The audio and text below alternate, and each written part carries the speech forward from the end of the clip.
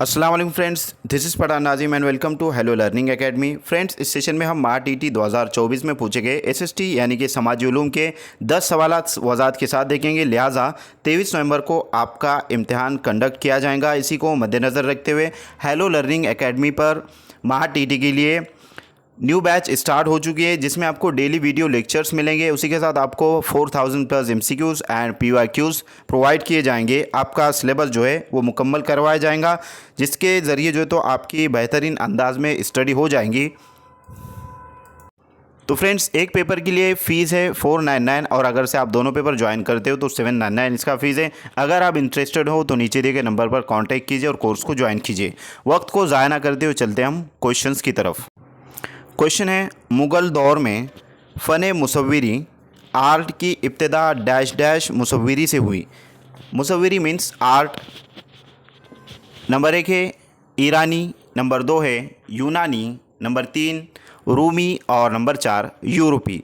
तो फ्रेंड्स, मुग़ल दौर में फ़न मुसव्विरी की इब्तिदा यानी कि शुरुआत कौन से जो है तो देश से हुई, कौन से जो है तो यानी कि कंट्री से हुई। लिहाजा इस क्वेश्चन का करेक्ट आंसर है ऑप्शन नंबर फर्स्ट, ईरानी। नेक्स्ट क्वेश्चन की तरफ चलते हैं। अगला सवाल है,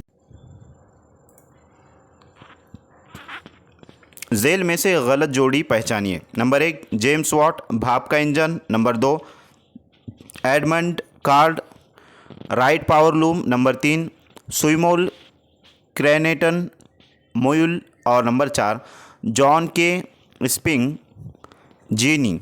तो फ्रेंड्स, इस क्वेश्चन का करेक्ट आंसर है ऑप्शन नंबर लास्ट, जॉन के स्पिंग जेनी। नेक्स्ट क्वेश्चन की तरफ बढ़ते। अगला सवाल है कि मज़दूर रहनुमाई सूबिया डैश डैश मकबूज़े इलाके की आज़ादी के लिए काम कर रहे थे। यानी कि कौन से इलाके की आज़ादी के लिए जो है तो ये काम कर रहे थे। ऑप्शन नंबर 1 है डिच, नंबर 2 है पुर्तगीज़, नंबर 3 है फ्रांसीसी यानी कि फ्रेंच और नंबर 4 है ब्रिटिश। तो फ्रेंड्स, मज़दूर रहनुमाई सूबिया ये लिहाजा फ्रांसीसी यानी कि फ्रेंच मकबूज़े के लिए आज़ादी की जो तो इलाके के आज़ादी के लिए काम कर रहे थे। Option number last correct answer रहेगा। नेक्स्ट क्वेश्चन है कि बहिर्जी नायक जासूसी शोबे के सरबराह, उसी तरीके से प्रताप राव गजर ये जो है तो क्या थे। यानी कि ये स्वराज का क़याम है, जो शिवाजी महाराज वाला जो टॉपिक है उसमें से क्वेश्चन पूछा गया है। लिहाजा फर्स्ट है आर्मेमेंट का चीफ ऑफिसर, नंबर 2 है घुड़सवार फौज का आला अफसर जिसको सर नौबत कहते हैं, नंबर 3 स्वराज का वज़ीर ख़जाना और नंबर 4 स्वराज का वज़ीर अदलिया। तो फ्रेंड्स, बहिर्जी नायक जासूसी शोबे के सरबराह, उसी तरीके से प्रताप राव गजर जो थे वो घुड़सवार फौज का आला अफसर यानी कि सर नौबत इस तरीके से थे। Option number second correct answer रहेगा। नेक्स्ट क्वेश्चन है कि नीचे दी गई निशान इम्तियाज़ किस बैनुल अक़वामी तंजीम की है। यानी कि ये जो निशान है ये कौन से जो तो बैनुल अक़वामी तंजीम के, इस तरीके से क्वेश्चन पेपर में आया हुआ है। लिहाजा ऑप्शन नंबर फर्स्ट है सार्क, ऑप्शन नंबर 2 है अक़वाम मुत्तहिदा, ऑप्शन नंबर 3 है BRICS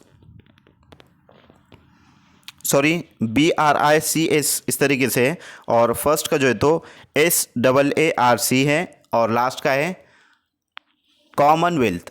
तो फ्रेंड्स, ये जो निशानी है कौन सी है, कौन से जो है तो बैनुल अक़वामी तंजीम की है। तो लिहाजा ये जो निशानी है दोस्तों ये कॉमनवेल्थ की है। Option number last correct answer रहेगा।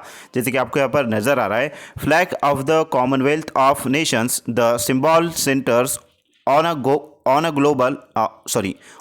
Globe representing the global nature of the Commonwealth and the breadth of its membership।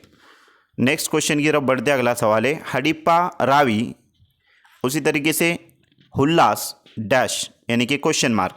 Option number first है गंगा, नंबर 2 है जमुना, नंबर 3 है सतलज और नंबर 4 है चिनाब। तो फ्रेंड्स, कौन से दरिया के किनारे, कौन से नदी के किनारे जो है तो हुल्लास इस तरीके से है। जैसे कि हड़प्पा रावी नदी के पास है, रावी मकाम पर है, उसी तरीके से जो हुल्लास है लिहाजा वो दरियाए जमुना या फिर जमुना जो नदी है उसके पास जो है तो वाक़ है, वहाँ पर जो है तो उसके आसार मिले। Option number second correct answer रहेगा। नेक्स्ट क्वेश्चन की तरफ बढ़ते हैं। अगला सवाल है कि मुनासिब जोड़ियाँ लगाइए। तो अब यहाँ पर जोड़ियाँ वाला भी जो तो क्वेश्चन आपको पूछा जाएगा। लिहाजा फर्स्ट है ए ग्रुप और बी ग्रुप, दो जो है तो कॉलम दिए गए। ए में सबसे पहले है कौशल, उसके बाद है वतस, उसके बाद है ओंती, उसके बाद है मगध।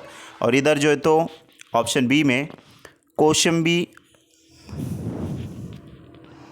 उसके बाद राजगिरा, उसके बाद जो है तो शरावस्ती और उज्जैन। तो फ्रेंड्स इस क्वेश्चन का डायरेक्टली हम आंसर की तरफ आएंगे। लिहाजा इस क्वेश्चन का करेक्ट आंसर रहेगा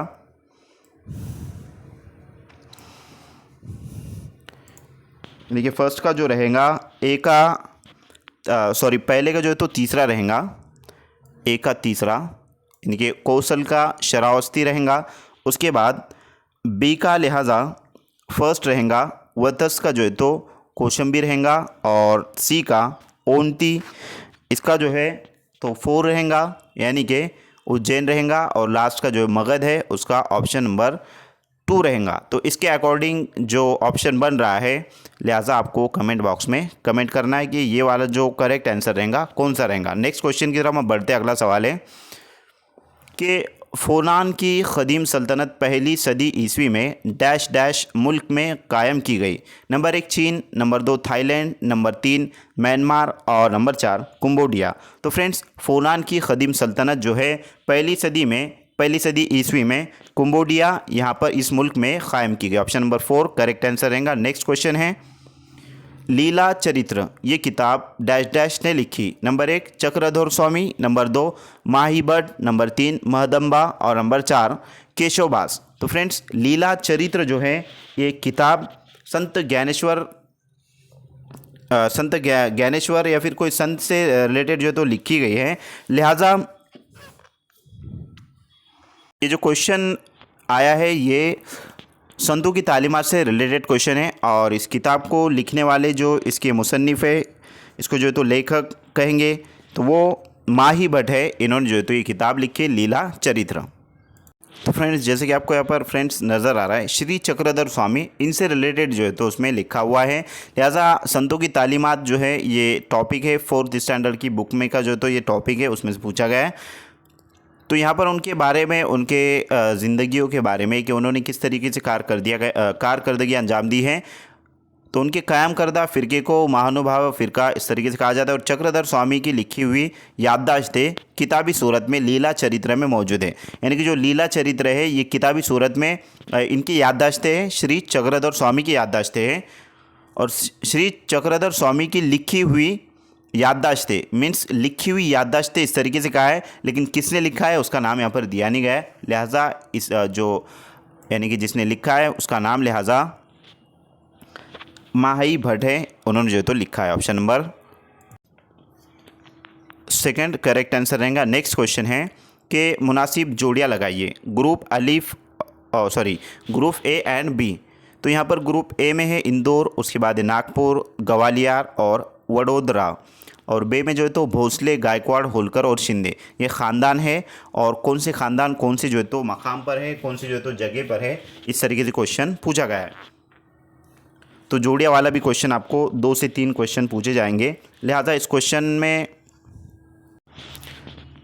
जो इंदौर है, अब इंदौर के जो ख़ानदान है वो